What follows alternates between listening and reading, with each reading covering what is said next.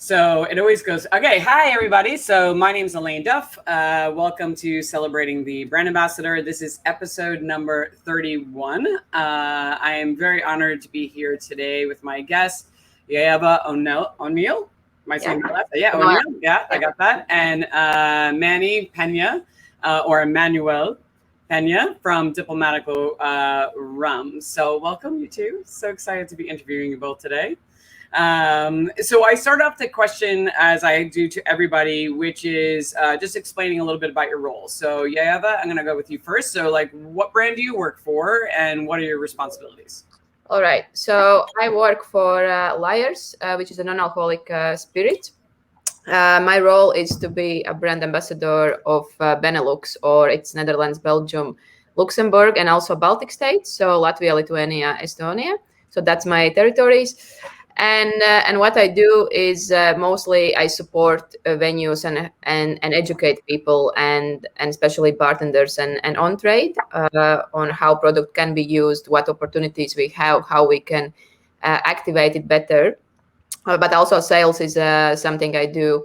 And but it all comes down really to education, to trainings, to menus, to activations, to events. And stuff like that. Yeah, that's never across 6 countries. Yeah. Which is a big thing. So, or 6, did I say that 6 or 7? Did I nail 6. That? 6. All right, I got it. That was a good guess. All right, so Manny, what brand do you work for? I know I said it, but what brand do you work for, and what is your role for the company? I work for Destilerías Unidas, which are the producers of Diplomático rum from Venezuela. And my role basically consists in like liquid to lips. My job is to coordinate how to get as many people to taste our product and to get the message of who we are as a brand and who we are as a family and what we've been doing. It's just essentially communications. A lot of sales. I'm in charge of, set of accounts in New York and New Jersey as well. For sales, I'm following certain protocols, make sure that, regular visits, make sure that they are merchandised proper. In the same way with restaurants, menu placement, trainings, events. It's all part of the gamma of the brand ambassador. Pardon the sirens. That's okay. Welcome to New York. Yeah. If I was in my the bedroom, I hear sirens all the time. This is my the quiet zone. Actually, before we even go into the next question, actually, Manny, the fact you mentioned New Jersey, because you might find this a little bit strange for those of you listening, because New Jersey is such a strange state because it's one of the few where your brand can be housed in multiple different distributors. Manny, talk a little bit about that, because it must be a little like what the challenges are working in New Jersey, because it's such a weird place. Well, New Jersey, it's a unique channel. I think New Jersey, it's a beautiful state. A lot of people like shy away from going to New Jersey, but I think like the capabilities in New Jersey are tremendous.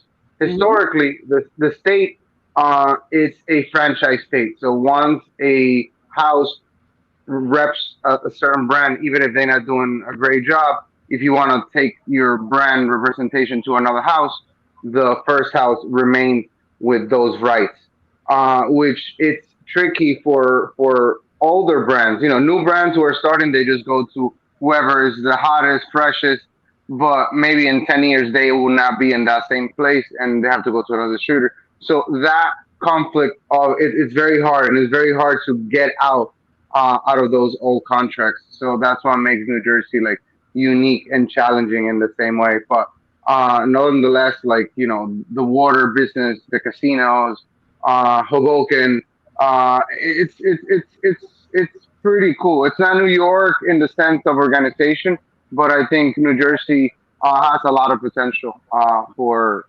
cocktails and representation of all brands. Yeah, no, I absolutely no. It definitely has a lot of opportunity. It's such a huge state. I mean, you have the ocean, you have Atlantic City, you have the Jersey Shore. And Jersey Shore is just like the show. There's no exaggeration there. It is so much like that show. And then you have all the suburbs and you have all the restaurants, but you also have the beautiful area where like Bruce Springsteen lives and Bon Jovi and and has all these different. They have Jersey City, which is really hip and cool, in Hoboken. But I think the politics of that distributor thing can really screw with a lot of people, because you can go into an account, from what has been explained to me, and then suddenly, it's like, which distributor are you dealing with? And it's like, they might be dealing with all three. And then it's like, which one do I place the order? Because my product is in all three. Because if you piss off one guy, they can just like ruin your they can screw with you politically. Like they can just get your product removed or get your, at least this is what the horror stories I've been told about that state. Like if you mess with the wrong person, your product, can get kicked out of a lot of accounts. And it's just because you might not know that there's so many politics in play. But good to know, as if you come in. I always thought it was mandated that you had to be in all of them. So Manny, you're saying you can just choose one and just be that one. Yeah, as you come in, you choose that one. But if things don't work out and you go to B, A remains with the rights, and for you to buy them outright, it's very, very, very costly and complicated. But but do you have any politics wise like that with you guys? Like, no, I'm listening now, and I just want to comment that that's USA. Yeah, a lot of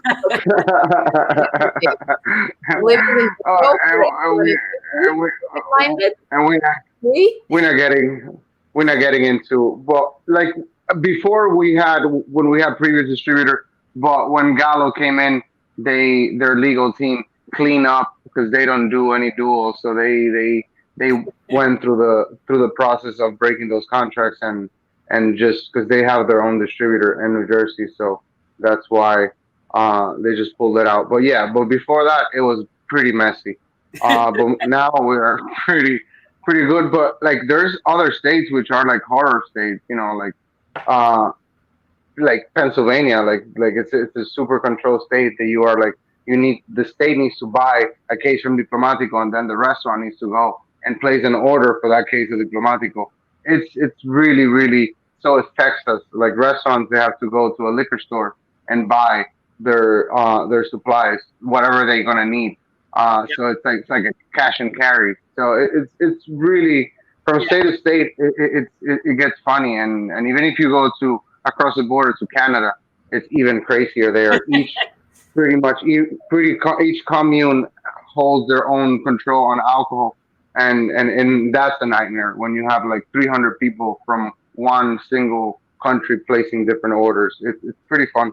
Yeah, it is. The United States is definitely unique, especially the control states where the government chooses what products they're going to carry. So you actually have to pitch to the government, the governor of the state or whoever controls the liquor board, and like you have to pitch your product, and then it has to be approved. So it's a bit of a crazy world. Be lucky where you live. Yeah, I am. All right, so let's get into this. All right, so you both had some interesting things. You were doing some things before you took on this role. So, and I'm asking this question because I think you both took kind of a leap of faith and you had your options, right? And things that you were doing before. So I want to talk about, what were you doing right before you took these roles and why you decided to take the leap? Because both of these Lyres it's a non-alcoholic brand, and it's like, and that's such a new category. And Diplomático rum was such a new rum. They didn't have a lot of money, didn't have a lot of place in the world, and now it's definitely changed a lot. So I guess just Manny had to go. I'll start with you. So what were you doing right before this role, and what appealed to you about working with Lyres? All right. Right before this role, I was a bar manager who was about actually to quit hospitality, because I was like, okay, done this, been there, I want something else. But then Lyres came with the offer. How many countries did you live in before you took this and you moved to Amsterdam? Oh wow, how many countries? So 6 in total. Been in last 5 years. So quite. And all in hospitality. Yeah, and all in hospitality, mostly behind the bar, but I've done it all. I've done the restaurant, managing the floor, running, event producing, face controlling, you name it, I've done it. And then why Lyres? Because I actually did have multiple options to go into the brand ambassador role for different brands or keep managing some really nice bars in Europe. I chose Lyres for the reason that it was challenging enough as it is a new category, but also because I knew from the standpoint where I was how important this category and those kind of products are and will be. So I wanted to be part of something that's changing the way how the world drinks or thinks, or giving more freedom to people and just and stuff like that. So that's my that's my value in general in life. So this brand was just speaking my values, in front of me. So it just was like, okay, so now I can finally be part of something that actually does connect with my values, and yet it is challenging enough for me to not be bored. That's a big thing, because I know you get bored. And Manny, how about you? Right before you came on, you were working with the distributor, correct? Yes. I was working with a distributor. Went back to like restaurant life. I was like doing sommelier and beverage directoring for like a big project in New York, Bar Bass. But I did it all, from busboy all the way to the kitchen and beyond. I think this brand presented it a challenge to me when I tasted. I like the juice. I like the family, and that was like the main thing. The proposition of a. What do you got going on over there? Yeah, Manny's got something going on. It's okay. Always. Rum, of like super premium rum at $40 when we were starting this brand to import it in the States was like pretty challenging, because at the time, like, the average price for rum was like $19.99, and when you come in with like 12-year-old rum for $40, that was like the new thing. And not very accepted at the beginning, and like that challenging and the love with the family was what put things in perspective, that I wanted to join this. Yeah, no, that makes a lot of sense, because I remember you saying like you started working for them part-time while you were working in the industry, while you were working at the distributor sales rep, and then you started making placements for them. So that was the thing that got you on board. Manny has another thing going on. I'm not sure what's happening with Manny. in my phone. Yeah. Are you okay, Manny? Yeah, I'm so sorry. It's blocking, and I lost the audio. No worries. That's okay. So I was saying, like, you were working part-time for them already, making placements, and they didn't have a lot of money, and they didn't have a lot of, but you just found that challenge, the fact that you wanted to work with them. So was it just because you fell in love with the family and you fell in love with the challenge of being able to work with the brand? I think the market too. I think like at that time, I found people like Sasha Petrarski, who loved the añejo, my cheap rum, and he was putting it in all the new cocktail menus. So that gave me, a sense that this was a brand that it had some legs, that I could do something with it, and it was a lot of things, and the timing too of me wanting to do something new and something fresh, and that's how I jump on it. But yes, it was from part time to the full time position now. It's been little by little transitioning into that. No, that makes a lot of sense. All right, so let's talk about mental health, because it's definitely a topic that when you and I, all of us, when we were talking yesterday, we definitely talked a lot about this in our preliminary interviews. So which I definitely think is very important. I mean, this job is extremely stressful, and most people only see the glamour of the job. The travel, the great hotels, the restaurants and bars. They see all of that. So I want to talk about like what you find the most challenging about the job. How do you handle that? And, what do you do to maintain your mental health, like, within this role? Because it is, I really don't think that most people understand how stressful it is. Even the people that hire us have no idea. Just the fact of not being in a day-to-day office and having a schedule is stressful. and managing that. So yeah, I'll start with you. All right. So I think one of the most challenging things, of course, is okay, for me at least, one of the most challenging things was to learn to say no. Mm-hmm. And I think that's so important in this because you of course, your job is to build relationships with everyone, you know. Yep. But you are alone, but you have thousands of people around you, and new ones are coming in, and you really have to start to understand when to say no to some things, because it's so easy to overwork and not in a rude way, but just be like, okay, we can do this later and this, because I'm definitely a person who wants to do everything all the time. Mm-hmm. So that's one of my challenges, of course, but I do pay a lot of attention to my mental health. So I want to stop you 1 second. So when have you, like, you know, just give an example of like what, maybe how you handled that situation. So like somebody asked you, like, what would be a ridiculous ask? Because we've all had them, you know, and just saying no, and then how would you handle it? If you it might come down to some kind of events where they want my presence, and then I don't necessarily see maybe that much return of investment from me being there. I can use that time differently, even if it's just taking a day off. Mm-hmm. Yeah, that's what it is. Because in I one think it's really important.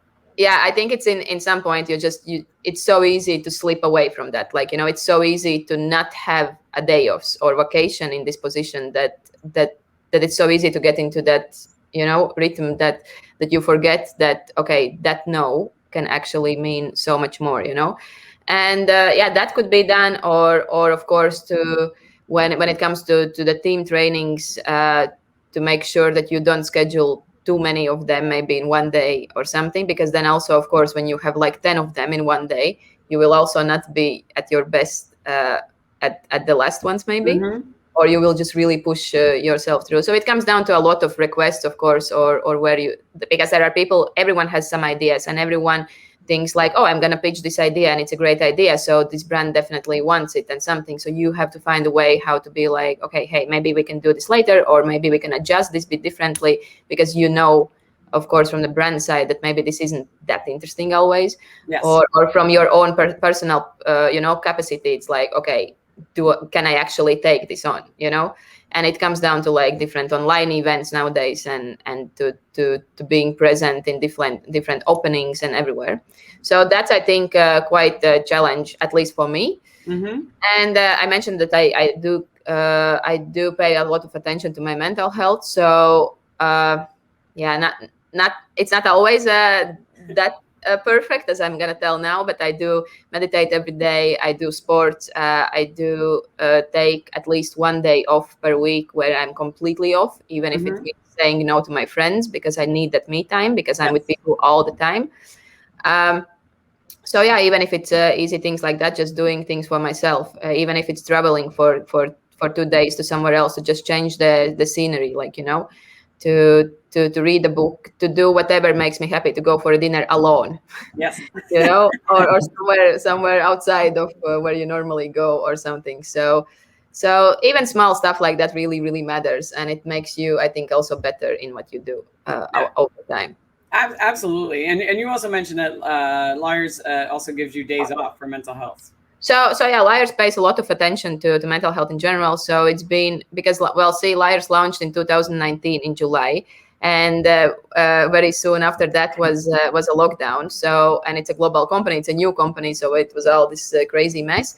So one of the things when I joined a company just now, one of the first things that they told me, that remember about your mental health, and if you need a day off because you feel that you are struggling, because these times are challenging for everyone, then just please do that, because we need you in your best shape when you speak with people, and we cannot we don't want to burn you out, you know, in any way. And because I also don't have really like all my team is just online, like, you know, I haven't met my colleagues in life, never. So I feel like that's even, you know, you need that mental support from your team members, even if you never saw them. So we do this little team meetings in the mornings for like 15 minutes sometimes, just to chat and just be like, oh, hey, like, you know, how are you? So, and it's small things like that makes a big difference, of course. And I'm happy that Lyres does pay attention to something like mental health. No, I think it's so important. The fact that that they give you the permission, hey, if you need to take a day off without having to explain it, like I need some time, is really important. And also the team meeting, because sometimes you just need to be able, if you're especially working by yourself, which you do a lot as a brand, like being able to have that conversation and to vent. And the last one you mentioned about presentations, I don't think most people realize how exhausting it is, because as a brand ambassador, you give your all. Like, you are hired for your passion and how you speak to a brand, and that exhausts you. It's like being an actress or an actor. You are like presenting a role. And I used to do the same thing. I was doing these distributor trainings around the country, and they're 3.5 hours long. They're like an interactive training where we would talk about trends and things like that, but they would also learn how to make cocktails. So they would learn how to make 4 or 5 classic cocktails physically. They would have, so we'd have to set up all the tools and the whole 9 yards. So we do that twice in a day. So that's me talking for like 8 hours straight, and I would start to lose my voice. I started learning to do voice exercises, not drinking acidity, because by the end of the day, I couldn't speak. And then the next day I started realizing I need a day in between. I need like a half day. If I was going to do another one the next day, it needs to be afternoon. I need to be able to sleep in, because I was physically exhausted. Because then that night you go out with everybody, right? And you're out. And I was like, I just gave my all. Now I'm out. And tomorrow I'm not going to be able to do it the same. I used to, and then I stopped doing it. I was like, I realized for my own sake. It's like, I just came back from a 10-day trip to Baltic states, and I visited all 3 countries and gave so many presentations that in like, I think after the day 5th or 6th, I just lost my voice. Like, physically, I lost my voice. So that was a bit crazy, that for 2 days I just couldn't speak at all. And that was exactly what you are saying. You repeat yourself and you just speak maybe 10 hours per day, and it is exhausting. Yeah, no, it is exhausting. Manny, I'm sure you've experienced some of the same things. For you talked about, importance of, maintaining mental health and some of the things that you're doing for yourself. So tell me a little bit, what do you find the most challenging about your job? Because it is a challenging job. And then what are you doing to keep yourself from being overwhelmed? I think I have an analogy for like brand ambassadors. Like, we are like a big whale under the water, just like pushing all this weight. And what people see is just like when we breathe out, like events, like the little spritz of air and happiness and jolliness. But what goes behind the productions of events, what goes behind the production of a simple presentation where you have to bring 6 products, and in another hour you have another one at another restaurant, and in another hour different set of, like, just changing all those masks, like your feet, your back, like wearing proper shoes, getting proper rest, like drinking enough water. Like that's something that I'm like, I walk around with a giant bottle of water, and I'm always drinking water because it's so important to stay hydrated, to have the body just functioning. But definitely, like, saying no, it's something that it doesn't come with the job, and the job was built and based and saying yes and being the yes man to everybody. But that takes really a toll on your mind, on your head, and when you have like all these deadlines and everything piling up, like, and to try to stay focused and organized throughout this chaos, it's pretty challenging. So I definitely recommend some sort of meditating, some sort of like biking, spinning, something that you could just like clock out for an hour and just like have your mind somewhere else, and you definitely be able to perform and definitely get your rest. Like, go home early. Have one less drink. Don't finish all your drinks. That's something that I tell people, like, you could go and there's nothing wrong. You go to bars and have 10 drinks if they are making different drinks, but you don't have to finish them all. It's not a competition. It's keeping your sanity and keeping your health. It's more important than any brand in the world, because when you die, the brands are going to continue doing what they're doing, and your family is just going to be without you. So it's important for you to understand your worth and to understand that your time for yourself, it's important, and we deserve that time. no doubt about it. No, absolutely. And also, I like your idea of like, have one less drink and also know when to go home. Setting an end to, I always recommend to people, I took all these productivity courses and, so I learned a lot about end capping your day, like your beginning of your day and your end of your day. So you kind of have like a ritual that ends your day or starts your day, and meditation is definitely part of mine, and writing a gratitude list. But also as a brand ambassador, it's like knowing, okay, so I'm hitting accounts. When do you call it? Like, when do you say, okay, this next account is going for me? I'm just going to have a drink for me, but I know but I look at my schedule the next day. So I know exactly what's on my plate. So I'm like, oh, I actually do need to get up really early because I have a presentation in the morning. So that means I need to knowing that I have to end my day at like 9, like no matter what, whatever last count, it has to be 9 because tomorrow I have to get up early. But if I don't know what my next day is, then sometimes I lose track of time. And next thing you know, I'm out till 2 o'clock. Well, when I was younger, back till 2 o'clock in the morning. We know everybody. You walk into any bar in New York City and somebody's going to know you.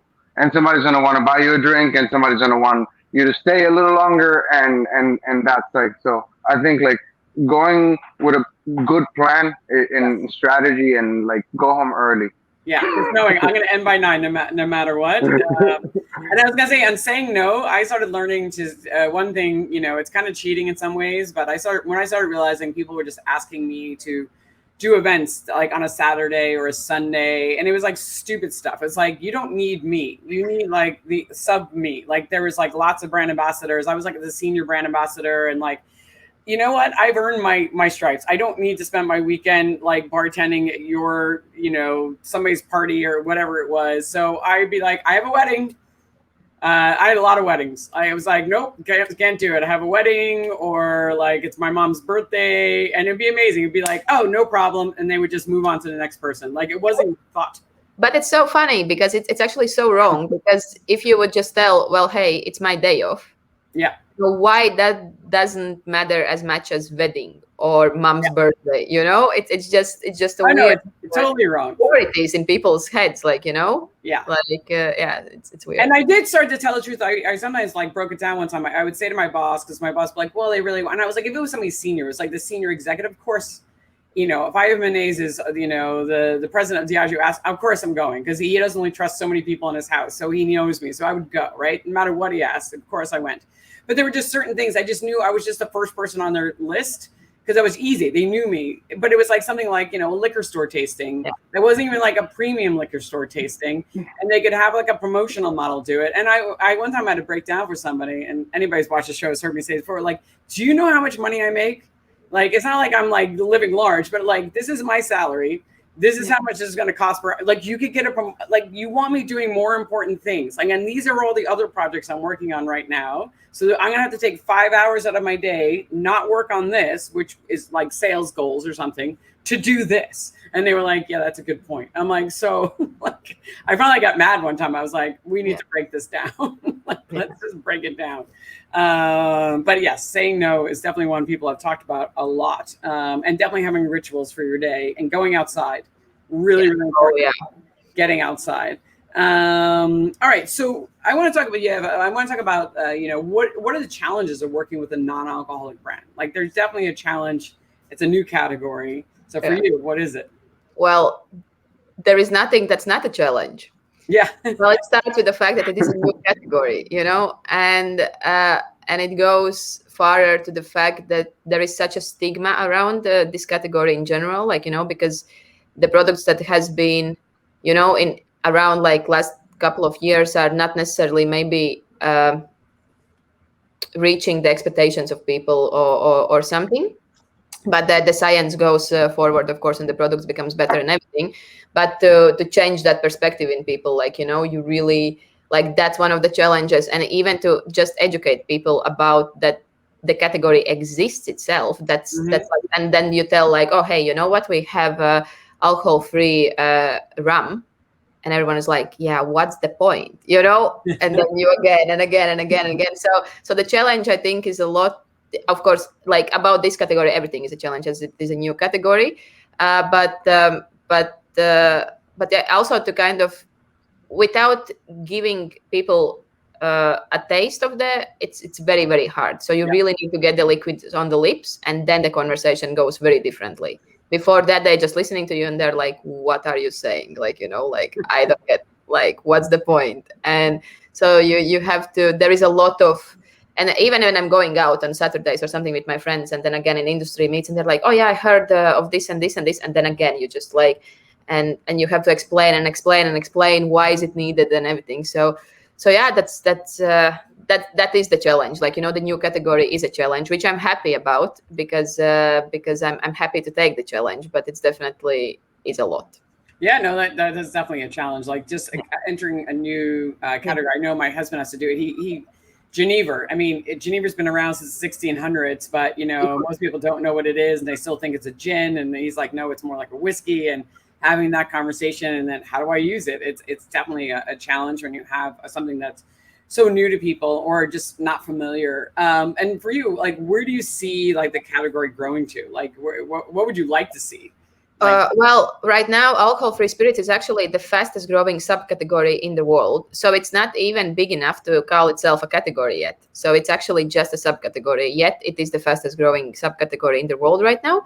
So I see it going, well, I just don't, like, I know that it's going really, really well and really up. And where I see it landing in like 10 years or something, it's going to be, it's a bit similar. I always, like, we try to, or I do this, I compare this a little bit with like plant-based milks, like dairy industry is kind of going down and plant-based milk industry is going up, and not like milk will still be a thing, also after 10 years or 20 years, but it's just going to become more equal or different. And the same with the alcohol-free spirits. I feel like it's going to be just such a normal thing. It's like, oh, I want to have a drink, but I don't want alcohol for some kind of reasons, like, so it's just going to be like this normal thing that no one will be like, oh, are you drinking alcohol-free Negroni? It will not be a weird thing. Yes. Like, it will not, it's like with plant-based diet or something. If nowadays you say that you are vegan or something, it's not so weird anymore. It's still quite like, what, how do you do this and but it's not as weird as it was like maybe 5 or 10 years ago, No, so absolutely. I feel like that's what's going to happen, and that is already happening quite a lot, but that's where it's going to go. Definitely. I'm 100% sure. Alcohol will always be a thing and good for that, but alcohol-free spirits is going to be something that's just going to be, again, just another choice, No, I definitely agree with that, because it does take consumers and trade a long time to wrap their brain. I mean, I live here on the Upper East Side, and the fact that moms or Upper East Side moms are drinking tequila, there's no way 10 years ago that wouldn't even be a thing. And now they're all like, on their back bar, they're drinking tequila soda or rum, but they're drinking something new. And for them, that was like unheard of before, but it became such a normal thing that like people just start hearing it more and more, and it just takes time. So it's like, yeah, exactly. Who's going to survive while the category grows is like the question, because it's got to take a lot of patience. And when people always look at a brand like Ciroc or Grey Goose became the phenomenal tequila brand, but it took 20 years to get to where it was. Nobody was paying $45 for a bottle of vodka back then. Yeah. Why do you have Goose on a bottle? Like, that was just stupid. People thought that was hilarious. Yeah. And now it's like, it's just standard order. Or a dude from Texas making Tito's. I mean, and so Manny, for you, we both work, actually. I'm a part-time brand ambassador with Julie Reiner for Kapali Rum, which is a organic rum from Belize. And it is definitely a challenging category. Whenever you see spirit trends like happening, like in growth, like what categories are growing, rum is always like the slowest one, kind of like, or it's lost sales, and you're like, come on, it's great stuff, So what trends, you've been doing this for a while, Manny. So what trends have you seen in the category? And what do you think is driving the growth of rum? Like, what's going to keep it going up? Like, because it needs to keep going, because right now it's like seems to be stuck. I think like what we've seen, it's in different price structures. Like rums around from 10 to 15 bucks are losing about 2%.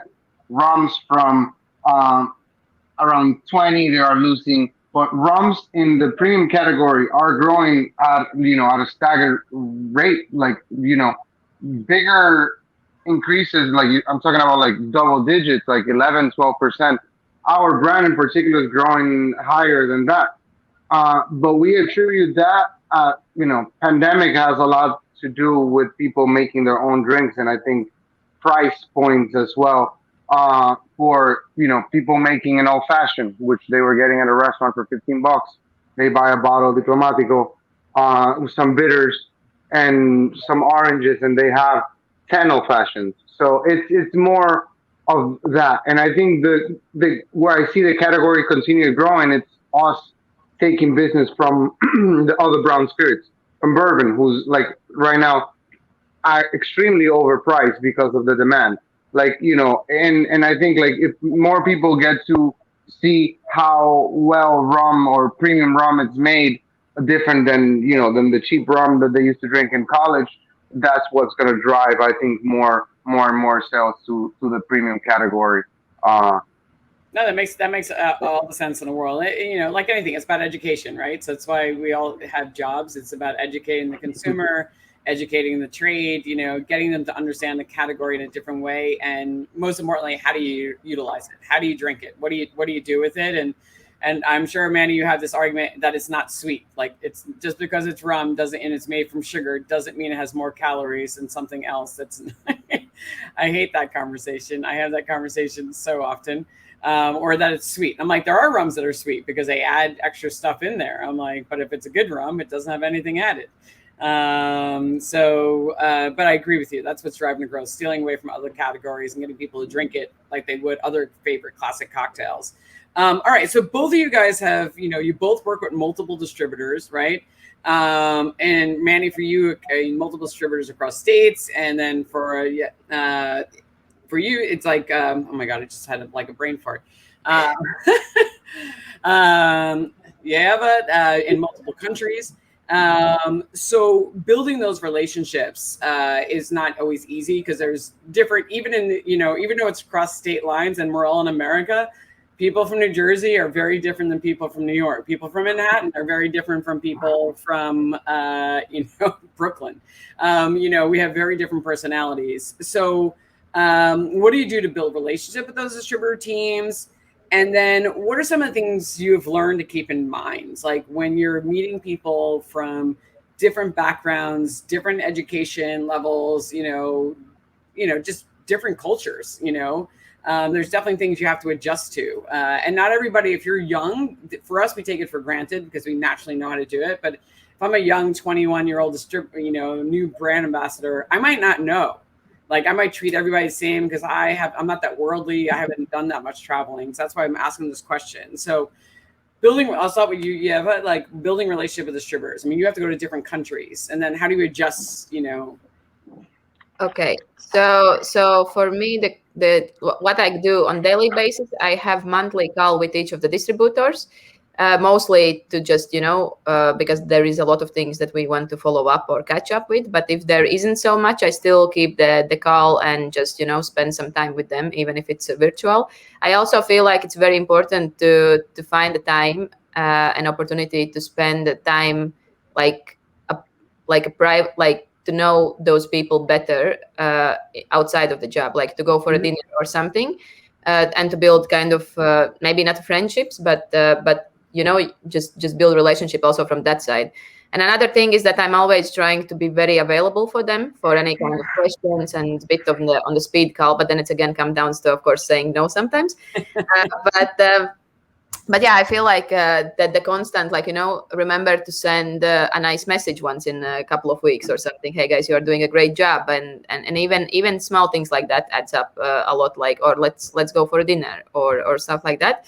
So I feel that's of course that how I deal in general with different backgrounds and different countries. Well, the challenge itself is that every country has a different culture and a different background. So very often it's also language barriers. So I'm happy that I speak multiple languages, but still I have some countries where I'm responsible for that I don't speak the language. So sometimes that's that, but that would be the smallest thing. But of course, the different backgrounds and the different just drinking cultures in general. Again, that's another reason why to spend some free time with the distributors and just know the place better and the culture itself. But also I would give, if I have to give some kind of a tip, is that when you start working with someone new, no matter how good you know things, no matter how high you are in your position or how experienced you are, put aside what you think, like, because this is a different person, and you have to respect the different tastes and different opinions, and just, I think listening is the main thing, because sometimes you are like, we are a little bit, all of us here in this, a little bit Mrs. and Misters know it all, know.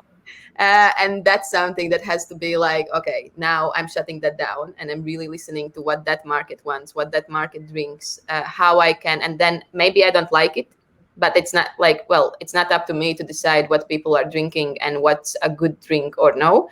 I might have my opinion and I might be like, okay, I really want to educate them on something else, but then I have to take in account, okay, they like more sweet drinks, like, they like more like those flavors or something, so let's work on that, like, so maybe I want to pull them away from that, but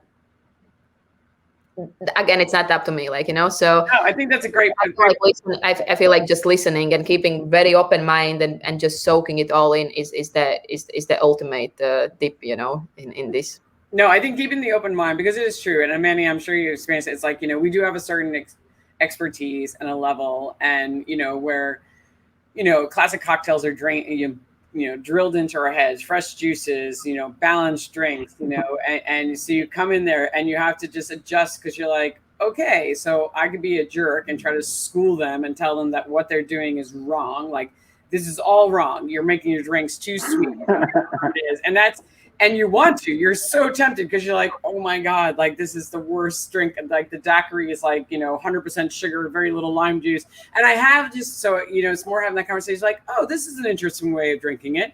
Do you mind if I make it my way? Like, and so you can see the difference, and maybe we, sometimes I want to do that, but it is hard holding that back. It's like, nope, I'm not going to school, because that's just a jerk move, and I'm not going to bond with them. And if this seems to work for them, like, where they are, if everybody drinks it this way and the culture is drinking it this way, then, or the state or the people in that city, if you go to Wisconsin, you drink a old fashioned that's with soda in a highball that's made with brandy, and it's really sweet. And like, but Corbel brandy does, I don't know, hundreds of thousands of cases there. So are they going to change how they're making their old fashions? Hell no.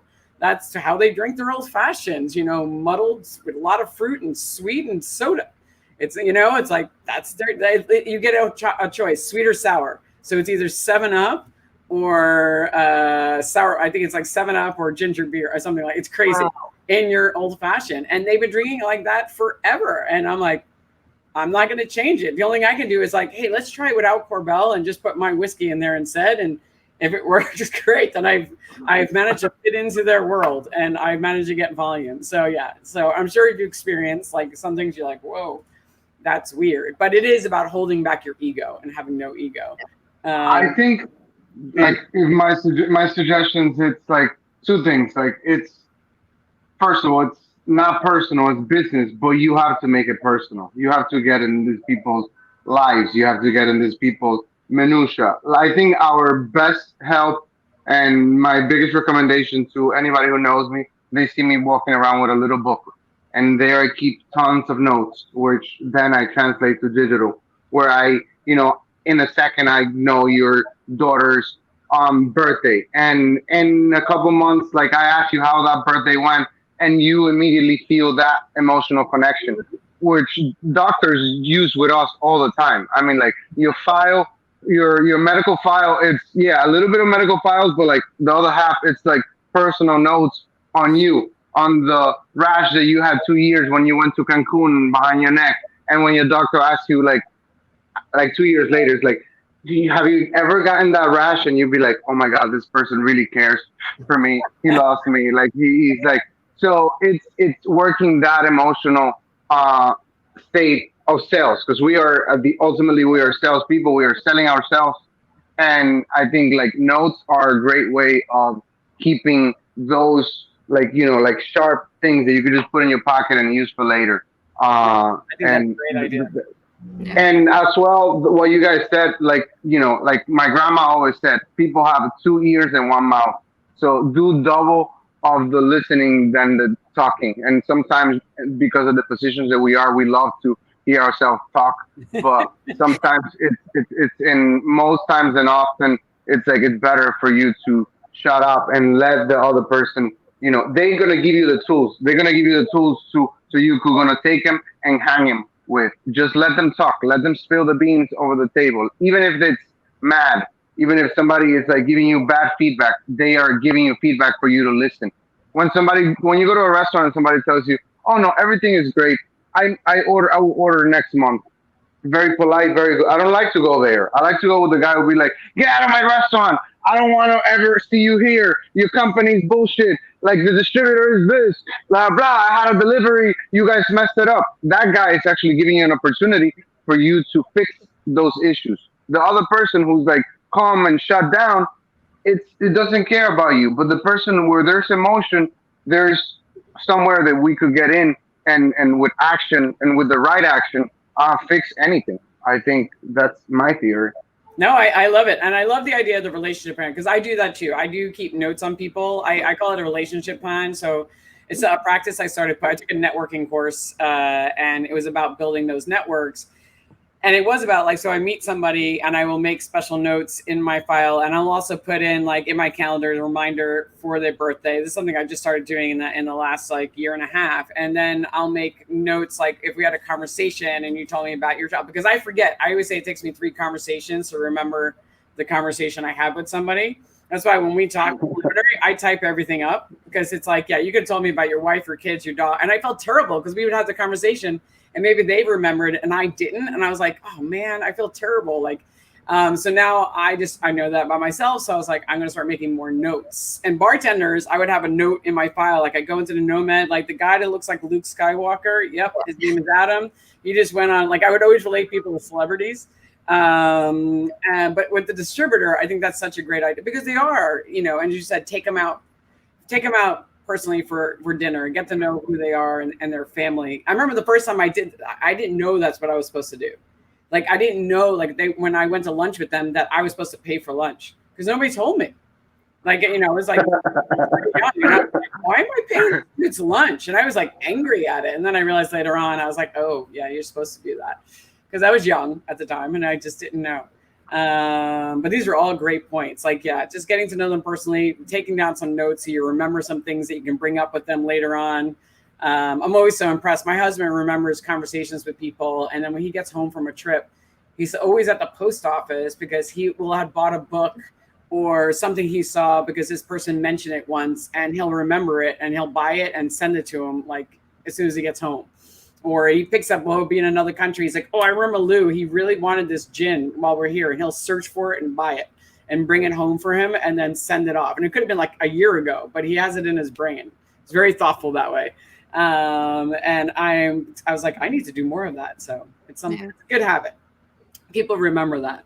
All right, so let's talk about off-premise. Mostly because, I'll be honest with you, I'm very curious because I know nothing how the off-premise works in your in the Baltic states or in Amsterdam or things of that nature. So yeah, I would love to hear did you guys here in the States during shutdown, everything changed to the off-premise?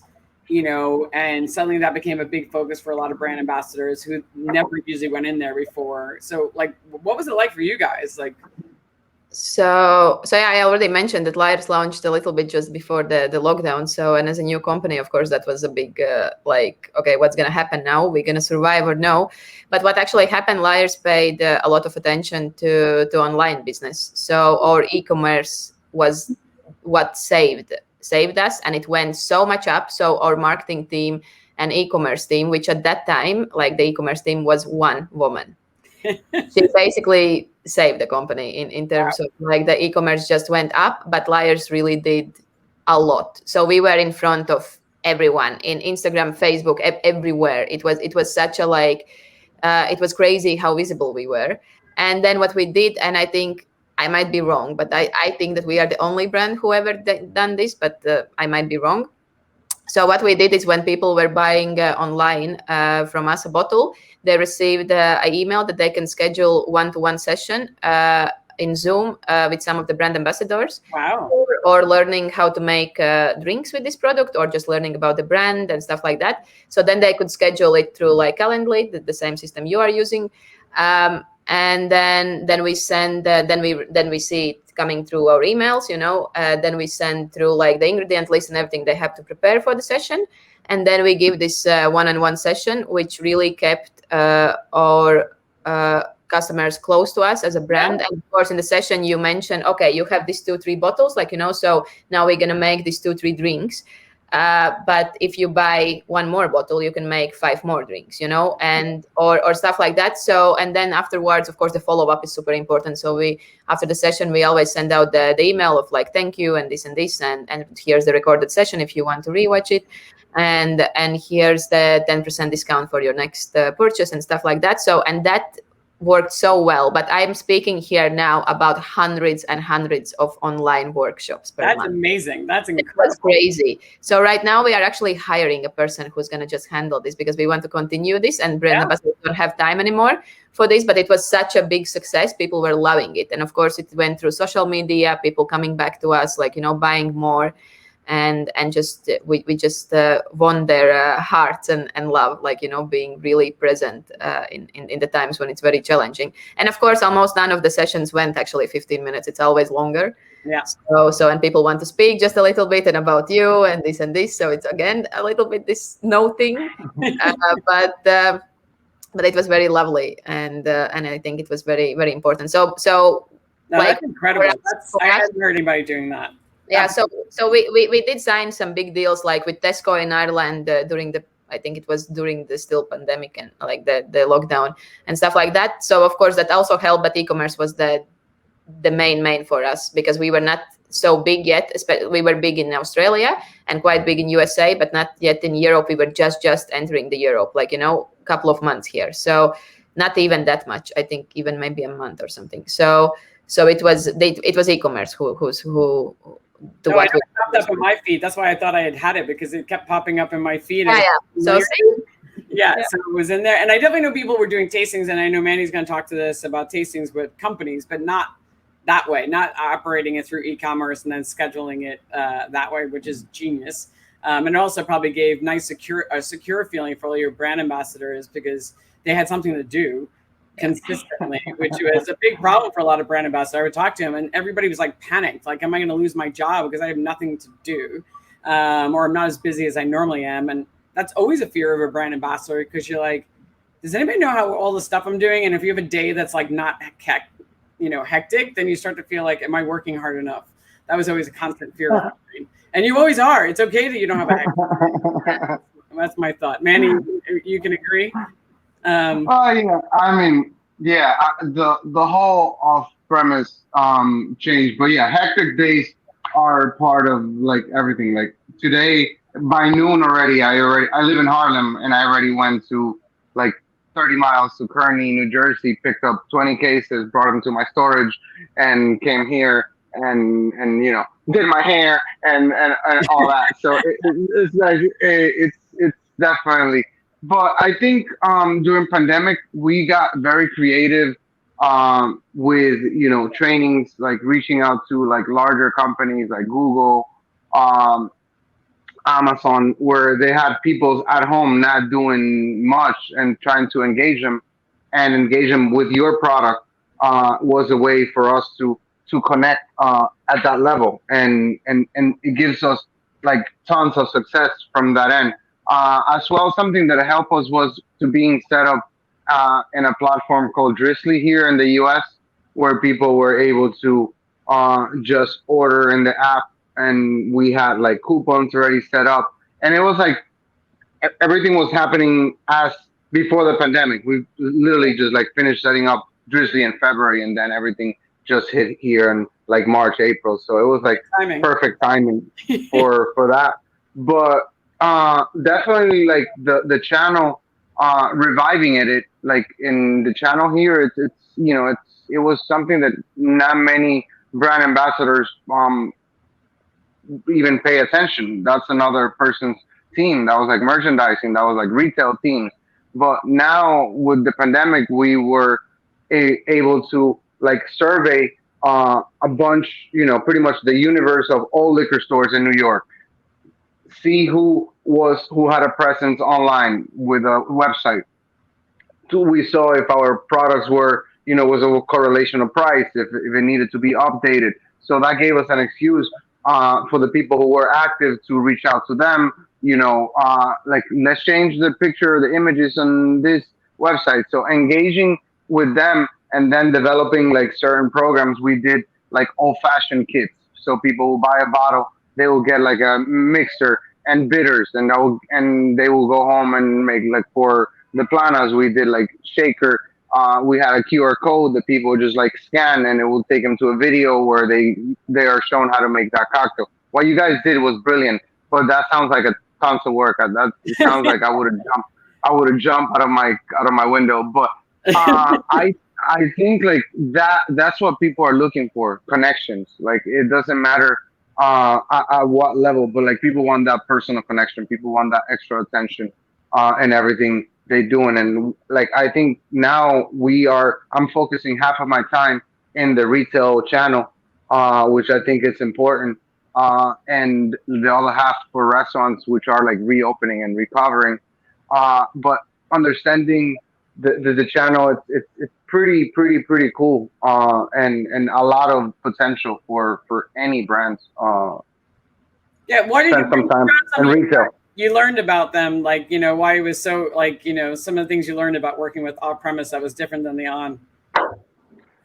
It's, they are always there. The owners are always there watching the bottom line. So you, like, when you go to bars and restaurants, like, you're dealing with a bar manager, you're dealing with somebody who really doesn't care about the poor cost. But when you go to someone and you present a bottle and they doing the math with you, and they like, oh, if I make 35%, like, this is where it was a lot more involved, and you felt like a lot more movement. Because I mean, for you to move 10 cases in a restaurant, that has to be a really nice restaurant for you to move 60 bottles at a 15 cocktails a bottle. So it's different when you go to a corner store where a guy, likes your brand and starts recommending it to people. People coming in like looking for bourbon and be like, oh, try this rum. It's only $40. The bourbon that you drink normally $75, and that's how you start creating an impact. I think like bigger than I ever thought. Like, I thought, I'm like, wow, why I'm going there? Like, there's no business. If it was business, so, like, it would have been done. But like, I think I give kudos to the strategy of my team that saw that, and we went after, and right now has put us in great spot for moving forward. Yeah. But you had something. Yeah, because this is where our ego speaks, that we are the cool ones with the restaurants and bars, and we think, oh yeah, it's bottle shop or something. But let's be real, the volumes comes from retail, So that's why we have so much marketing money that we can operate and do all this cool stuff. When actually, like, the big volumes does come from retail, which we all learned, I think, as brand ambassadors in these times. That we are more for the, like, we take more like show and all of that, but the volumes does come from retail. Absolutely. And you were saying, Manny, you said to me yesterday, it's like, also, it doesn't cost me as much. Like, I will have to spend thousands of dollars in an on-premise, in a restaurant bar, and I'll only get like 10 cases, depending on what my program. I could do a lot more, but in a liquor store, it could be just really cool POS. Yeah. Doesn't really cost me. Paying attention, but like, as well, connecting with the buyers, and those buyers get up like very early. So it's like, be ready with your coffee and your donuts at 9 a.m. because like, they don't care if you were in a cool bar the night before. They want you sharp as a tool at 9 a.m. while they're doing their tasting. So it's adapting, and I think finding a balance on everything, but there's definitely a lot of value in retail. Absolutely. I mean, I was telling you yesterday, I mean, Diageo built their entire business in the off-premise. They never used to pay attention, at least in America. In America, they didn't really pay attention to the on-trade until like 2010.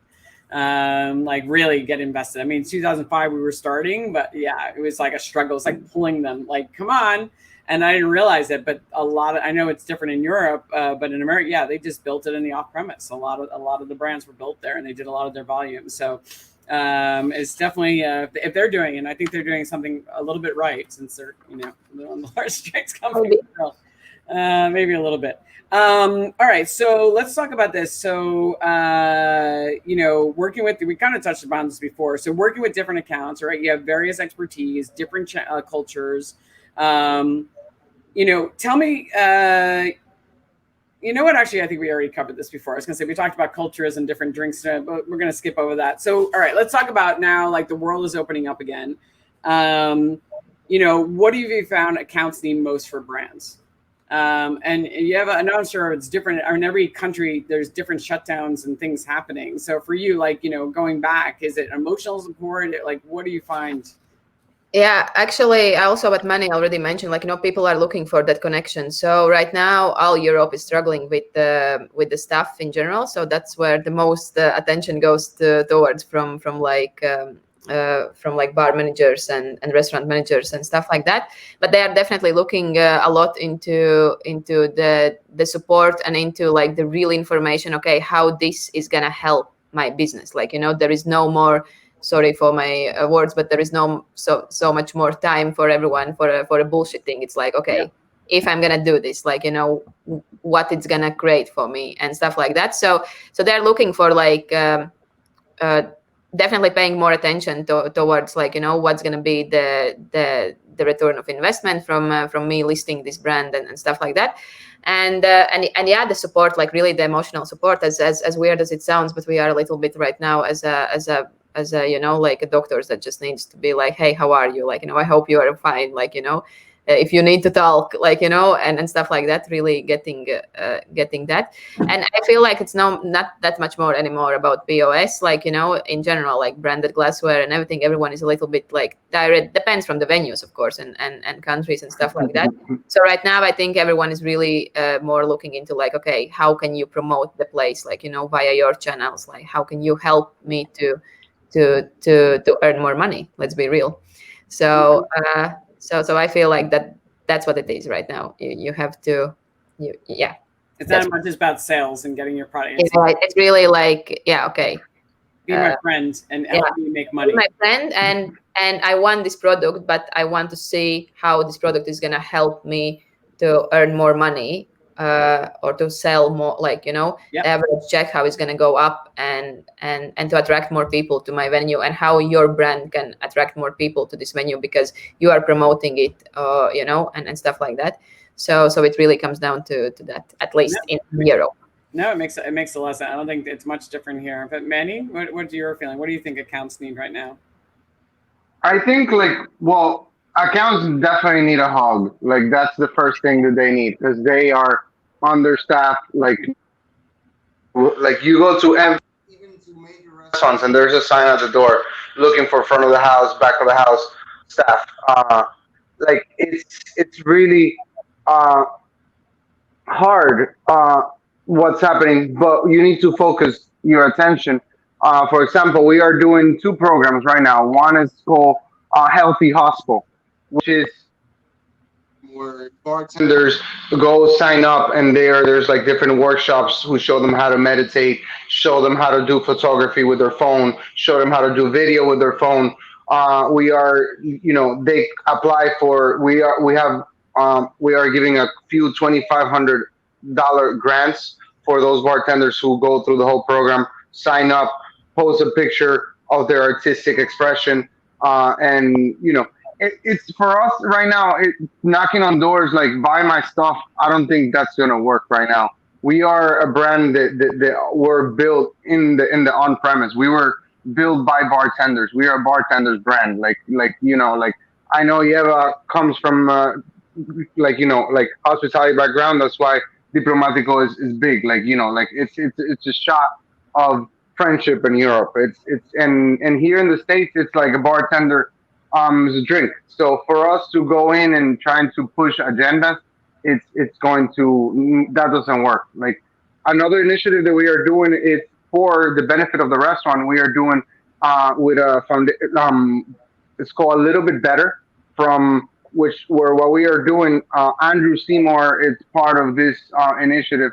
We are going into restaurant X, and we identify any like food that could be donated, or if they can make food. Like we were talking about, like Katana Kitchen, they are donating a bunch of meals like every week. So they just like prep the meals. We have the charity benefiting from that as well. We present in the menu every cocktail that they sell with Diplomático goes towards that same charity. So we are amplifying the message. We are doing something right, and I think like that's what it's gonna take for. We are, I believe very firmly in this strategy, but it's hard even to get it across because people are in a mindset of survival. For you to bring one more thing for them to do, it's hard. But it's, I think, having the intention and having a plan of doing something right by the account.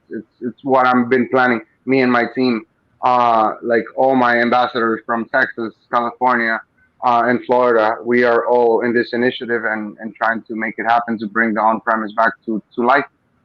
Yeah, I think it's great because right now we see, I don't know how it is in Europe at the moment, but there's so much homelessness right now. I mean, there's tons of homeless. It's not as bad in New York as it is in like California or Texas. I mean, it's scary. There are like tent cities set up. It's like really, really frightening. So to feel like, through your program that I could at least help somebody in some way, because, no matter how stressed or how bad things are, if there's something small that I could do to help other people. And I know the industry, the one thing I love about this industry is they are very charity focused and they're very much about helping other people. We love volunteer work. So I think even though we're in survival mode, giving them that outlet, I think a lot of people probably like that. So I think and this is where I actually feel like, because we were speaking about the challenges of working for alcohol-free spirits, but this is where I feel like we kind of have a little bit of jackpot because we are alcohol-free, and now of course people started to pay more attention to the health and mindfulness, and they still want to socialize, but they don't want to maybe get drunk or drink at all, so this is kind of, because it's this all the new trend, so this is what helps me a lot in these times. It's like, okay, well, people are asking for this, so you need it. So it's definitely, this is where our card is stronger than, for example, Diplomático, because, you're actually helping people by it's kind of in this, it's like, oh, hey, we are cool, but we are not so harmless, Yeah, you have an option. They're going to the bar, they still have a reason to buy a drink, but it's going to be a non-alcoholic drink, so they're staying healthy. Manny, what were you going to say? No, I think it's a great thing, and not just for people who don't drink. Like even if you're drinking and you're gonna have 3 drinks, if you could drop a mocktail in between or non-alcoholic drink, like that's one less that you go on the road, and I think like something that a lot of places started doing, and it's a shame factor of not drinking, is that they are listing the mocktails in the cocktail list, and people could order them by name, so they don't have to be like, oh, bring me a pina colada without alcohol. So it's because there's as well, like the peer pressure with alcohol, like that a lot of people feel that. Even me, I drink for a living. I sell alcohol, and some people feel that for me to sell them liquor, I have to drink with them. And sometimes I'm like, I'm not drinking today, I'm driving. And this is why the brand was created. This is how it started. It was because the founder was like having this lifestyle, and he was like, in one point, okay, I cannot say no to drink, but I also cannot drink that much anymore. So, and actually our core consumer are people who doesn't drink at all. So people who still like to have a drink with the alcohol, but just wants to search for options that they can moderate. That help them moderate. So that's exactly what sells most. Not pregnant women, not people who are completely sober. That's also the market, but the most are people like me, like maybe you, it's like I still want my daiquiri or old fashioned or espresso martini or something, but I don't want necessarily to have alcohol in it, so I just want the flavors, or Aperol spritz with my dinner or something, but I don't want the alcohol, or I want just to moderate, so I'm gonna have 2 Diplomático old fashions, and the third one I'm gonna have Lyres. So yeah.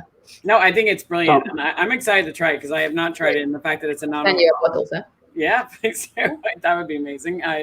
But I was gonna say but no, because it is true. Like I just like something with flavor, and I do like somebody just having a drink. Doesn't mean I want an alcoholic drink. So it's like I've been looking. Oh my god, I go to Trader Joe's and I'm like, I find like really fun sodas that are low in calories that are like I put it over ice and I squeeze a lime into it just so I have something refreshing. Don't really need like, something alcoholic. I just want something. I love the feeling of it. And to be able to drink a non-alcoholic Negroni or old fashioned, to just have that glass in my hand. I just like having the glass and have something to sip. But I think those are all really, really good points. Like, everybody can help in a certain way, but having something on a menu, if you're on the menu, it means I can go there, Manny, as you said, that pressure, and to be able to sit at the bar and like you've already supported your brand, but then to be able to order something and still hang out with everybody and have that glass in your hand would be, I'm all for it.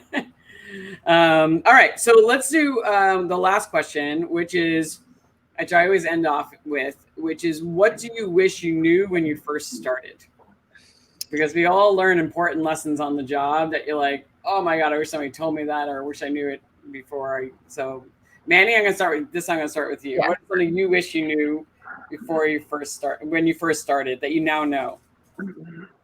I wish I knew my worth more when I started. I wish and that's something that I'm focused right now and, with my mentoring as I'm going around, for people to know that they are worth more than the market sometimes has for them. I think and that brings a different quality of life. That brings a lot of different things with it when you make 40,000 versus when you make 100,000. And I think like I wish I knew more my worth in that sense as a brand ambassador for ask for more. Yeah. And I think that's a really, really good point. Eva, what's yours? So yeah, there is of course a lot of things. Like, I wish I knew technology better, like, how much it can actually help me. I wish I knew different things. But I think one very, very important lesson I learned is that I wish when I started, I knew how much my time costs. So that comes back, of course, to that. And because sometimes it's like, at least my mentality is like, oh, I don't need to pay this person because I can do it myself. Like, I can do this myself. I can do this myself. And actually, I was a couple months in the company when the CEO was like, but remember that your time also costs. Like, so yes, we're gonna spend a couple of €100 more, for this person to do that. So you meanwhile can focus on like, bigger things or something that that person cannot do. And that's something that I wish I learned earlier, because I was really busy with like small stuff to just like save the budget, and all this stuff. Oh, I can do this, I can do this, I can do this, while I forgot that my time also costs. So I think that's one. And another thing about the time is that I wish I knew how much time it actually takes to realize some things. Because from me, coming from a hospitality industry, I was this person who was for the brand ambassadors. Why it takes so much time for them to? It's just a menu, or it's just an event. Like, oh my God, I can do this in 1 week. Like, come on, what they are doing or something. And now when I have to do it, and I understand it's also not up to me, but I have to communicate with my marketing team, with the distributor, or with wholesalers, or there is such a big chain, and I need all the answers to come back to me, and it might take 2 weeks or something that I just get an answer, which I also could be no, or something. Like, I wish when I started, I tended to push things to the last minute, because I was like, oh, this I can do in 1 day, but I forgot that maybe those people will not, so I wish that would save me a lot of stressful moments of like last minute, like, no, that's a big one. That's a good one, because most people don't realize, like, oh my God, the legal team is going to take 5 days for it to actually return and get back to me. They don't do anything on a like that. How many more people you have to get approval of, and how long it takes them to get back to you. And if somebody asked me how to work as a bar, how to work with a brand ambassador better, I said, realize that they can't do things on a dime. They just can't. I mean, some people, we have the autonomy and we have a budget that maybe we don't need somebody to say yes. And I think that is a good way of being. And I think brands should set brand ambassadors up more often like that. Like, here's the structure, here's the budget.